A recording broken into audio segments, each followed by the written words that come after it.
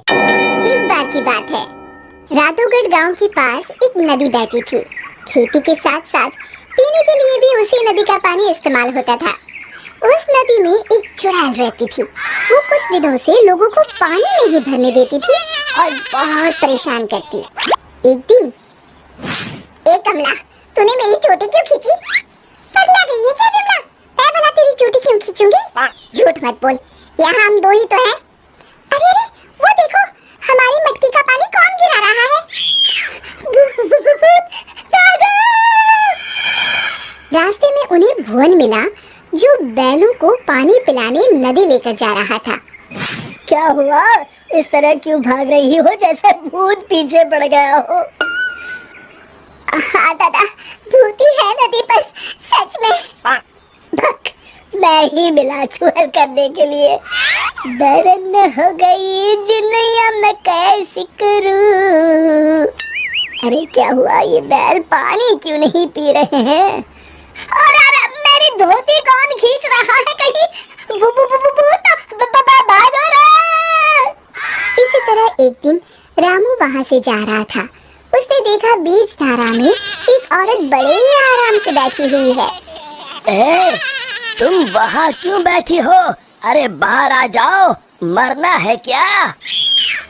उसने पलटकर आदमी की तरफ देखा और फिर जोर से हंसी। तुझे मारना है,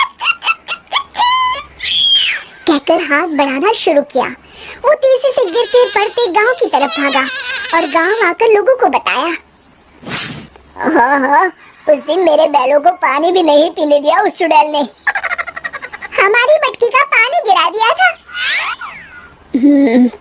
लगता है हमें ये गांव छोड़ना ही होगा। बिल्कुल सच कहा भुवन, मेरा भी यही मन है। गांव के सब लोगों ने गांव छोड़ने का निश्चय कर लिया। भुवन बेटा, हो गई तैयारी? हाँ काका, हो ही गई समझो। मुझे लगता है क्यों ना हम मुखिया जी के पास चले। हाँ, शायद कोई उपाय निकले।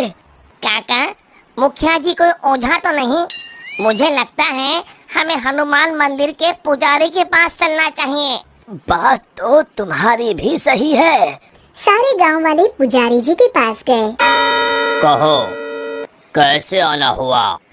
हाँ पंडित जी, हम नदी वाली चुड़ैल के आतंक से परेशान हैं। आए दिन उसका आतंक बढ़ता ही जा रहा है। मुझे तो लगता है हम सबको भी गांव छोड़कर भागना पड़ेगा। समस्या तो गंभीर है, पर भगवान दयालु है। अवश्य ही कोई उपाय मिल जाएगा। आप ही बताइए, क्या करना होगा? हमें एक हवन करना होगा। जैसे ही उस हवन का पवित्र धुआं उसे लगेगा, वो श्राप मुक्त हो जाएगी। पर चुड़ैल को हवन कुंड तक लाना असंभव है। असंभव में ही संभव छुपा है भुवन। तो हवन किया जाए। कल हस्त नक्षत्र है, कल ही ठीक रहेगा। ठीक है पंडित जी। आप लोग इस सामग्री की व्यवस्था कर लीजिए। मैं ब्रह्म मुहूर्त में वहाँ पहुँच जाऊंगा। हम सब भी पहुँच जाएंगे। हवन कुंड तैयार है, मैं जल लेकर आता हूँ नदी से। किसकी मौत आई है जो मुझे सोते ही जगाने चलाया? चुड़ैल जी, आप सोइए, मैं तो पूजा के लिए जल लेने आया हूँ। ये नदी मेरी है, इसका पानी भी मेरा, समझे? और हाँ, अपनी अकल को प्रसाद के जैसे बांटना बंद करो, समझे? पर क्यों चुड़ैल जी? क्योंकि मैंने ऐसे कहा। अब चुप, एकदम चुप।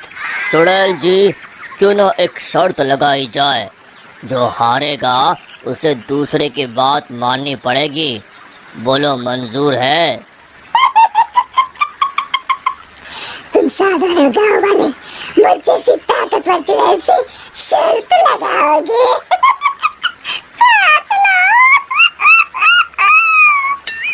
चुड़ैल जी, पहले शर्त सुन तो लो। जितना तो मुझे ही है, फिर भी बता ही दो। अभी हम यहाँ नदी पर हवन पूजन कर रहे हैं, आपको उसमें आना होगा।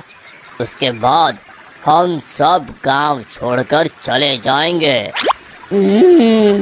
और नहीं आई तो ऐसे ही रोज तुम्हारी नींद में खलल डालेंगे। ठीक है, पर मेरी एक शर्त है, मुझे कोई मंत्र सुनाई नहीं देना चाहिए। मैं पूजा में भाग नहीं लूंगी। ठीक है चुड़ैल जी, आप बस वहाँ बैठिएगा। चलो। गांव वाले चुड़ैल को देखकर डर गए, पर पुजारी जी ने इशारा किया तो वो शांत होकर बैठ गए।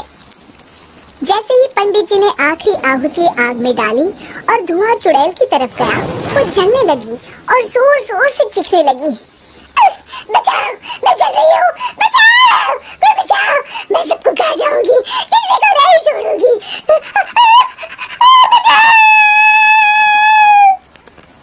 धीरे धीरे उसकी आवाज शांत हो गई।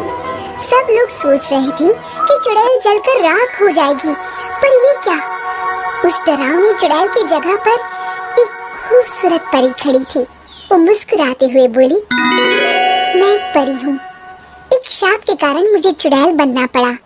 आज आपके कारण मैं शाप मुक्त हो गई हूँ। अब मैं परी लोग जाऊंगी। उससे पहले एक वरदान देना चाहती हूँ। मांगो, क्या मांगते हो? अगर कुछ देना है तो ऐसा वरदान दो कि इस नदी का पानी कभी न सूखे। तथास्तु कहकर परी उड़ गई। फिर सब खुशी खुशी रहने लगे। शिक्षा, समस्या की जड़ तक पहुंचे बिना हार नहीं मानना चाहिए।